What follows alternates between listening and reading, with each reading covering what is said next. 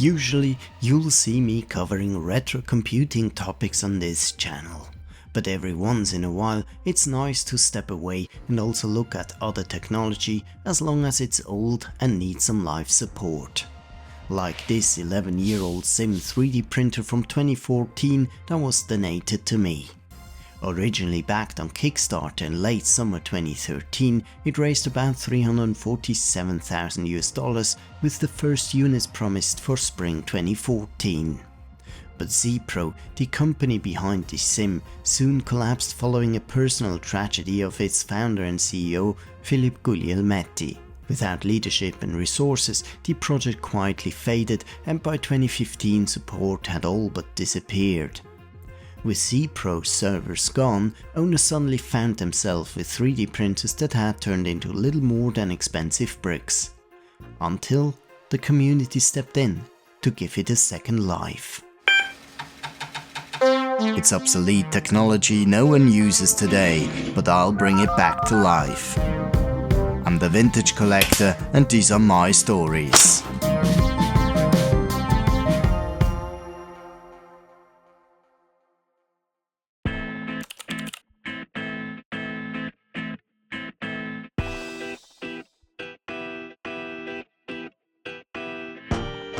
This is Zim, our 3D printer. We dreamt about making the best personal 3D printer in the world.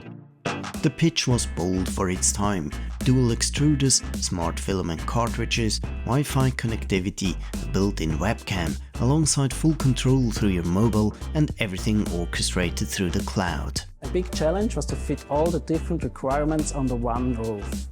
Swiss-designed too, by Fabian Zimmerli of Zimmerli Design, as the back label reminds you. And then, once that old printer was donated to me, it sat. And it sat for nearly 2 years. What finally pushed me was a practical need: a prototype battery cover for the Apple QuickTake 100.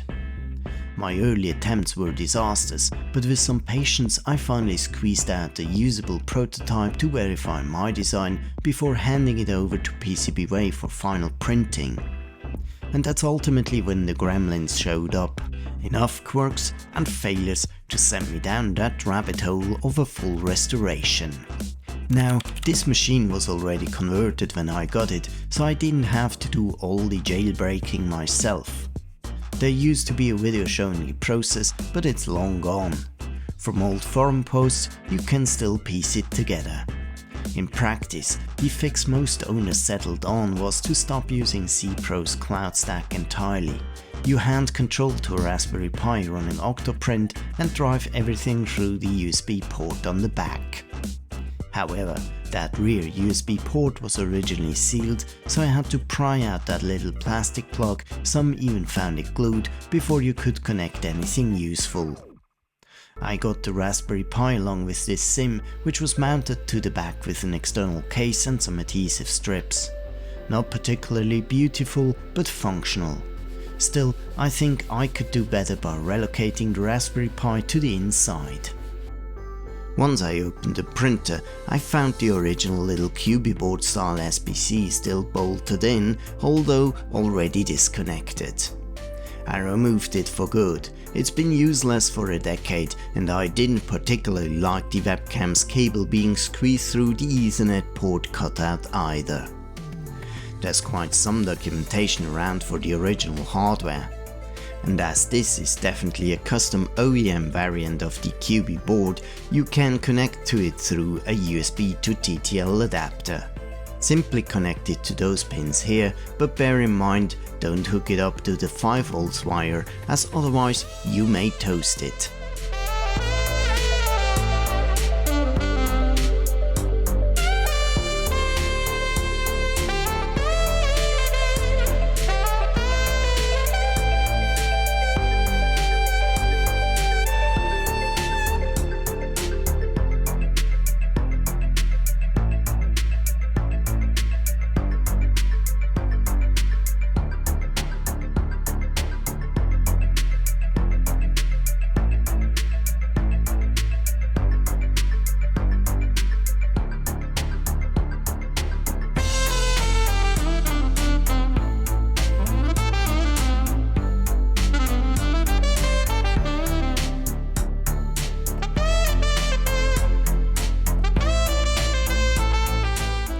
People have used this method to jailbreak the QB board and bypass the activation lock imposed on you when Zeepro's cloud services were shut. And as it seems, this QB board, while labelled as an A10, carries in fact an all-winner 820 CPU with 2 cores and would have definitely been suited as well to run OctoPrint, but there's no ready-made distribution like OctoPi available. You could install the community-maintained Ambient version, which is based on Debian 13, but that would definitely need some extra adaptation just to get it going with this custom board. Hence, I decided to follow the Raspberry Pi route. For that, I could have adapted the mounting post for the Pi, but the port layout wouldn't really fit. I wanted clean, easy access, hence I planned to hide the Pi inside the left-hand cartridge bay.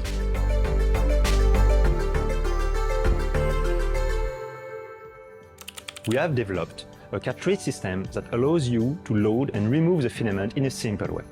And if you want to use your own filaments, we also offer reloadable cartridges. And speaking of cartridges, this is where promise met reality.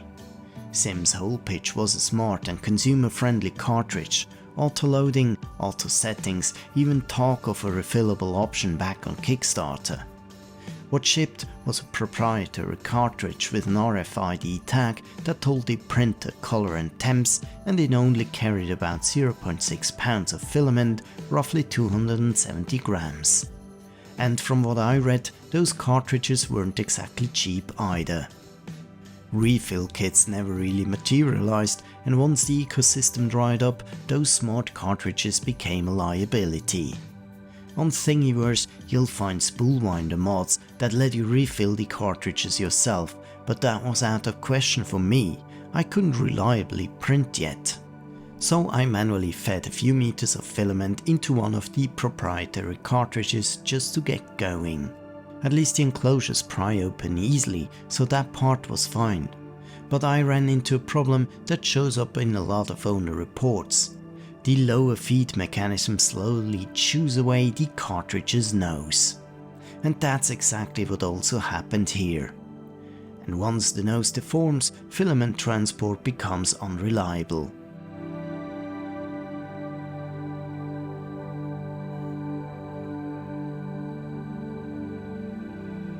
I ended up fiddling it through the lower stepper by hand just to get some early prototype prints. It was obvious I needed to ditch the cartridges and go with rear-mounted spool holders feeding filament directly from the top into the extruders. Thankfully, a former Zim owner had shared printable spool holder designs on Thingiverse. I bootstrap printed a rough set using the barely cooperating feeder to get me going. And that's where I want to thank today's sponsor PCBWay. They agreed to make the final spool holders in tough nylon, exactly the kind of parts that benefit from professional 3D printing. PCBWay provides everything around multi-process PCB fabrication, assembly services and more. They're a great one-stop for your next project, and there's special deals like the free purple solder mask awaiting you for October as well. I'll leave a link below. Thanks again to PCBWay for sponsoring this episode. Now, with proper spool holders and direct feed filament, I was then able to print a new enclosure for the Raspberry Pi. I opted to build only the lower part of a VESA mountable enclosure. I wouldn't remove the lower filament drive from the base, but leave it in place, drilling some new holes to mount the enclosure using some standoff posts. I also organized a new chassis mountable Ethernet bracket that directly extends into the Raspberry Pi's onboard Ethernet port. As for the USB connection from the controller board to the Raspberry Pi, I could have gone down the route of soldering an internal wire to the port. But as I had some USB cables with angled plugs, I'm fine with using the external socket and feeding the cable to the inside through this anyway broken ventilation grill. What I did do though was to fabricate a 2-pin power cable that connects directly to the controller board. This is also from where the original single board PC was powered and spares me the effort to relay a separate USB power connection to the inside of the chassis.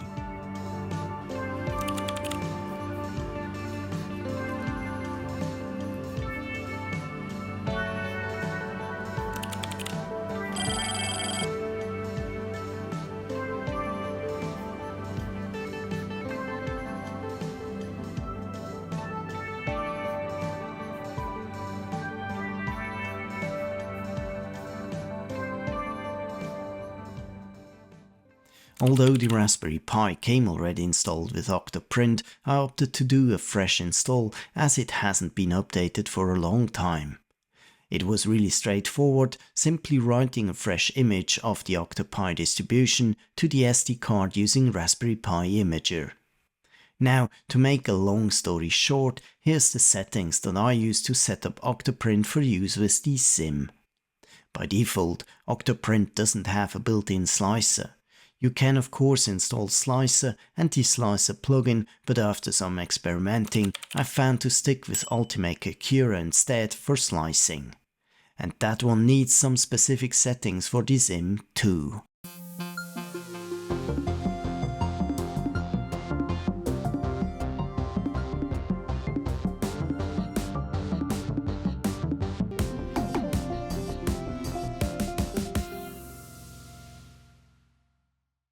At this stage, I was able to already produce quite reliable prints through the first extruder. On paper, dual extruders were the Zim's selling point.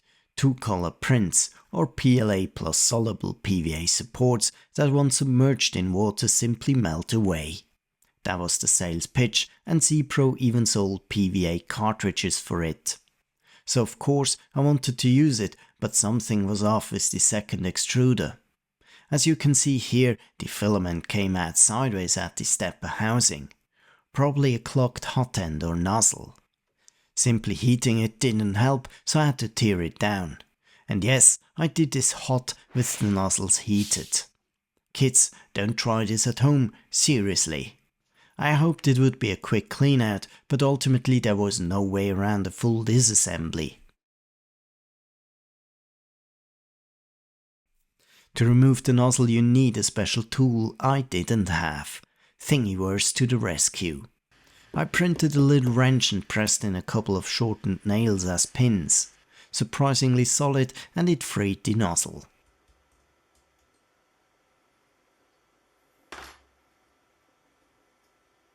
After that I blasted it with a heat gun for a few minutes to clear the goo.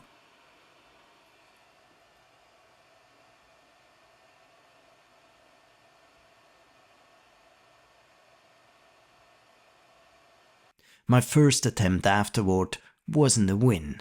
The bed had slipped out of level, so the plate dropped down from the printing head pressure.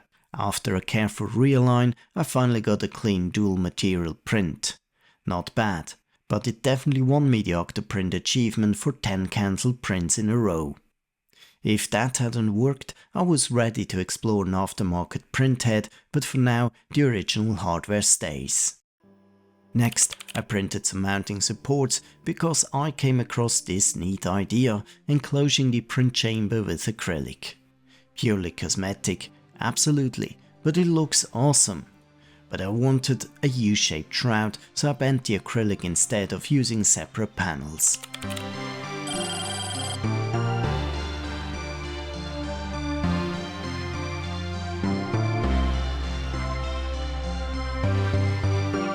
I also dropped a couple of G-code lines into the OctoPrint's connection script to toggle the built-in LED strips on connect and disconnect. Completely unnecessary, but it gives it an extra touch. One reoccurring annoyance on the Zim are the tiny magnets that hold the cover plates. I can't reuse the original top cover now that I've refit the printer for a top feed path, but I can at least restore the bottom cover. I replaced the missing magnets with neodymium ones and secured them with a few drops of superglue so they actually stay put. For the top, I'm considering a new acrylic glass lid shaped to clear the rear spools and the filament path.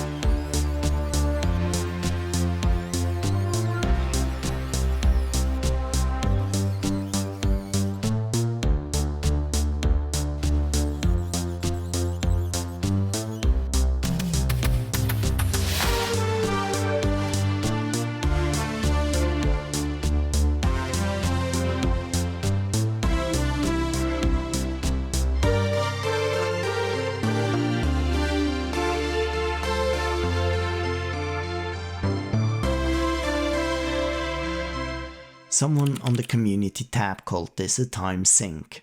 There are better printers today. True, but I enjoy repairs and I've never owned a 3D printer before. I always outsource the odd print. Being able to prototype in-house removes so much uncertainty from a design. For that alone, this 11-year-old machine is already earning its keep. For final parts, especially for PC restorations, I'll still lean on professionally made prints. After all, the Zim can still be used today, 10 years after the manufacturer disappeared. In some ways, it was ahead of its time. Dual extruders, app control, cloud slicing, webcam, features that are standard now, just implemented more robustly. As for why the company faded, it was never detailed publicly. We only know that Philippe Guglielmetti, the founder and CEO, was hit by a personal tragedy around 2015. That's all that's on record, and honestly, that's where our curiosity should stop. What matters for the owners is the outcome. Buyers were left in the lurch until the community figured out how to unbrick the Zim. It's a pattern we've seen too often. The moment the cloud switch flips off, hardware you paid for turns into decoration. There are bright spots like the Logitech Squeezebox living on with a locally hosted server you can still run yourself. But the same company has gone the other way on other lines. Logitech shut down the Harmony Link in 2017, only offering trade-ins to Harmony Hub after consumer backlash. Needless to say that also Harmony Hub was eventually killed off in 2025. And just as recent as beginning of October 2025, they notified pop button owners about ending service by October 15, 2025, about a 2-week notice. Sonos is a mixed case too, with their 2019 recycle mode trade-in initially bricking all the speakers. After backlash, Sonos removed the bricking requirement. And there are many other examples. My take is simple: don't make core device functions depend on someone else's server. I understand that vendors sometimes have to end support when the economics no longer work. What I don't accept is leaving customers with dead hardware. We paid for a physical product. The choice of when it's done should be ours. If a product only works while your server's alive, don't sell it as ownership. Call it what it is, a rental. Be upfront about it and offer a seamless trade-in to the latest and greatest without extra fees. Better yet, provide a local fallback or open the service so the community can keep devices running. That's the consumer-friendly path. So here we are, a Swiss-designed Zim revived, cartridge-free, printing locally and doing exactly what I need. Prototyping ideas before I send the final parts to a professional shop. Not bad for something that nearly became an expensive brick. Now I'm curious, what's your worst forced obsolescence moment and how did you keep that gear alive? Share it in the comments below, I'd love to hear about it. I'm the Vintage Collector and this was my story for today. Thanks for watching and see you again next Sunday.